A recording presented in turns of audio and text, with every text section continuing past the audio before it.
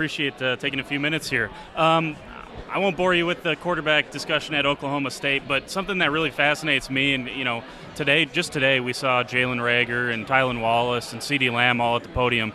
When you look at the skill players and specifically the wide receivers in the Big 12, you know the whole landscape of college football. Where does that fit in your eyes as far as SEC, Big 10, Big 12? It used to be back in the day that the Pac-12 always had the best skill, and I don't think that's the case anymore. I think that the Big 12 makes an argument as the best wide receiver conference in the country. They've also got some incredible young kids that are coming in that will play as 5-star wide receivers for Oklahoma, namely. You didn't even see Colin Johnson on the podium because he's going to be here tomorrow.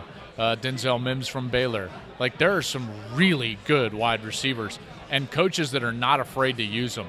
I think that's another element of this conference that doesn't get talked about enough. It's not just the skill of the players, but the coach's willingness to use that skill. We see skill in other conferences, but a lot of times they're too scared to throw the ball down the field, or they think they've got to play a different style of football.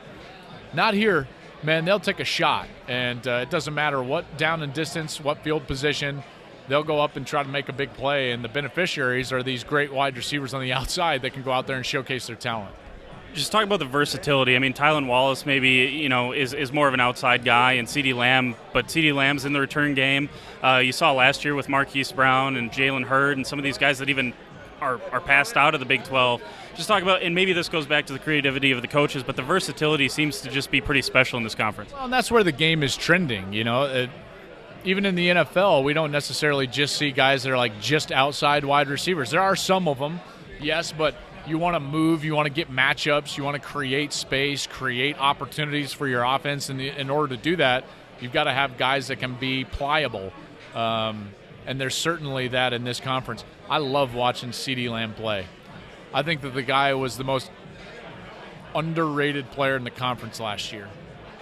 Because Hollywood got so much attention, Kyler got so much attention, Lincoln Riley gets so much attention, and I would go and do all these Oklahoma games, and I was like, damn, the best player on the field might be CeeDee Lamb. This dude is good.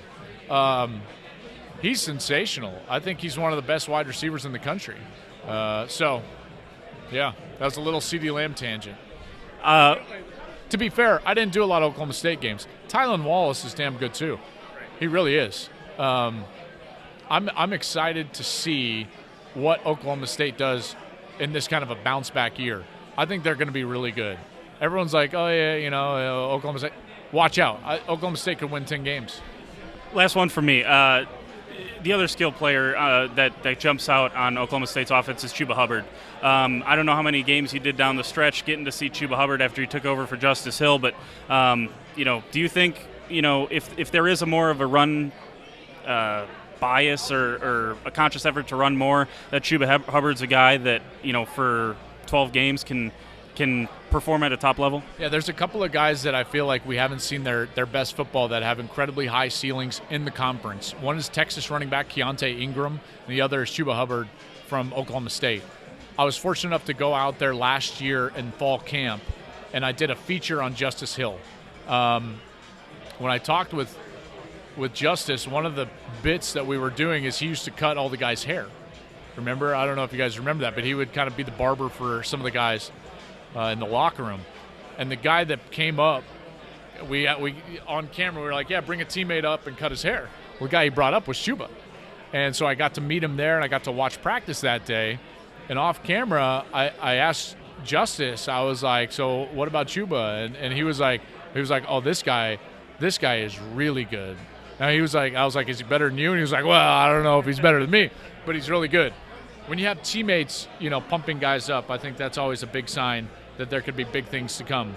And again, I believe that the quarterback situation will play itself out. Mike Gundy always is going to put out the best guy. I think Spencer's probably that guy. I don't know. We'll see if Drew can play well.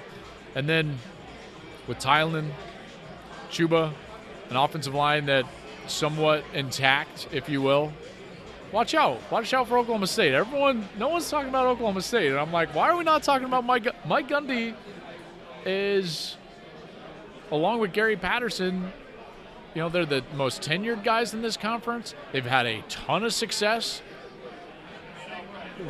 Make this known TCU and Oklahoma State will be right there at some point.